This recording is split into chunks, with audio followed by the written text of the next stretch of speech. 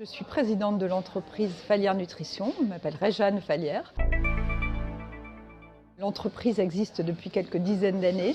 Elle s'est spécialisée depuis effectivement un bon moment sur l'alimentation nomade outdoor, qui est de l'alimentation lyophilisée qui a été présente dans les théâtres des grandes conquêtes, les pôles, l'espace, les grands sommets, qui permet d'emmener son alimentation avec un produit qui se garde longtemps et qui peut apporter l'énergie, donc l'apport calorique, l'apport protéines, lipides, glucides, indispensable pour des personnes qui sont en situation d'autonomie alimentaire pendant plusieurs jours, voire plusieurs semaines.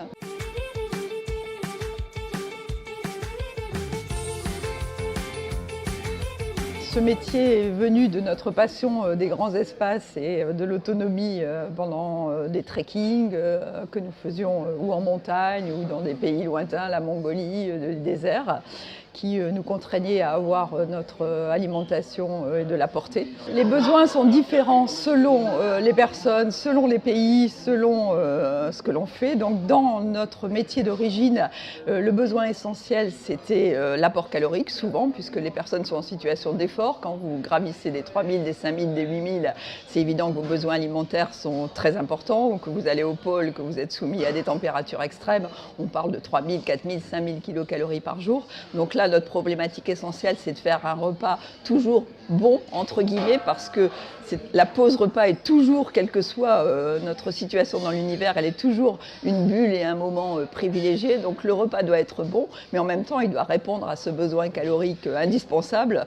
Donc on doit adapter ses recettes pour ça. On a aussi un développement à l'export depuis quelques années. On se rend compte que le goût français n'est pas le même que le goût pour les pays nordiques ou pour d'autres pays. Donc pareil, on est très sensible au cahier des charges des clients et à ce que le client attend de l'alimentation qu'on va mettre au point. La lyophilisation paraît comme un grand mot technique. Qu'est-ce que c'est? Est-ce que c'est chimique? Qu'est-ce que c'est que ce produit? C'est que de la poudre?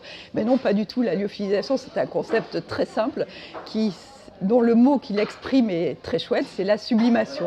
En fait, la sublimation, qu'est-ce que c'est? C'est on enlève la glace du produit, donc le produit, on l'amène à la congélation, on enlève la glace sans la faire fondre, par un phénomène qui s'appelle la sublimation, qui fait que les molécules d'eau s'échappent de l'aliment et vont se piéger sur un point froid.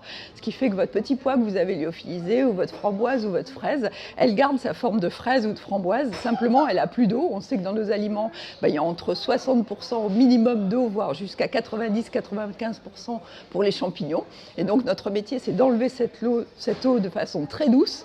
Et donc vous avez en fait un espèce de concentré de saveur. Quand vous mettez sur la langue une framboise lyophilisée, qui a été lyophilisée au moment de la saison des framboises, donc au moment où les framboises sont les plus goûteuses, vous avez vraiment un vrai concentré de saveur. C'est la confusion dans les esprits qui est normale, puisqu'en gros le résultat est un peu le même, c'est-à-dire qu'à la fois dans la déshydratation et dans la lyophilisation, on a enlevé l'eau du produit, donc on peut dire après tout c'est la même chose, mais la technologie et le processus employé est diamétralement différent.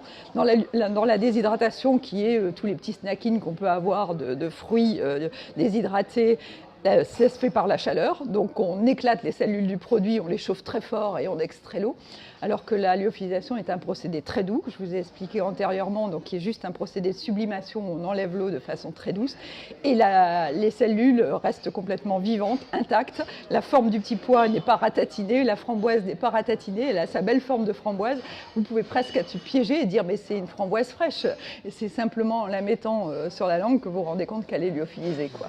Donc on a vraiment une technologie extrêmement différente.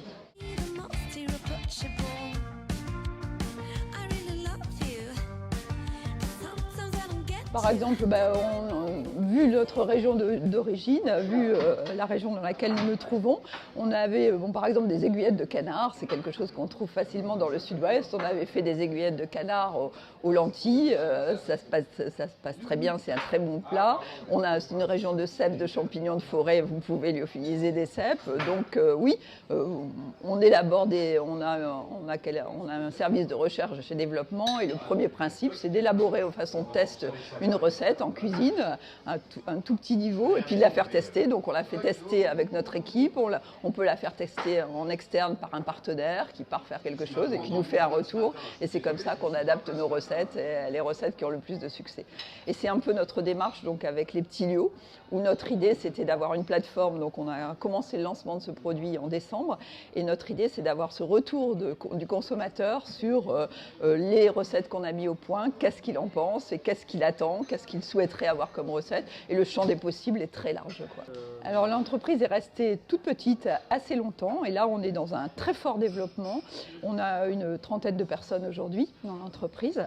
On est sur un nouveau site depuis 4 ans, on a une nouvelle construction donc avec de nouveaux investissements et donc on est prêt pour un développement qui est déjà axé depuis 2-3 ans, on est en fort développement. Entre autres, on a testé qu'avec les petits légumes croquants, donc c'est ce type de produit snacking où vous avez des petits légumes à croquer pour l'apéritif par exemple. On pouvait associer de la feta qu'on lyophilisé et qui se mange aussi en snacking et qui est très agréable et on a aussi effectivement plein d'autres recettes, un risotto crémeux, on a plein de recettes élaborées en développement.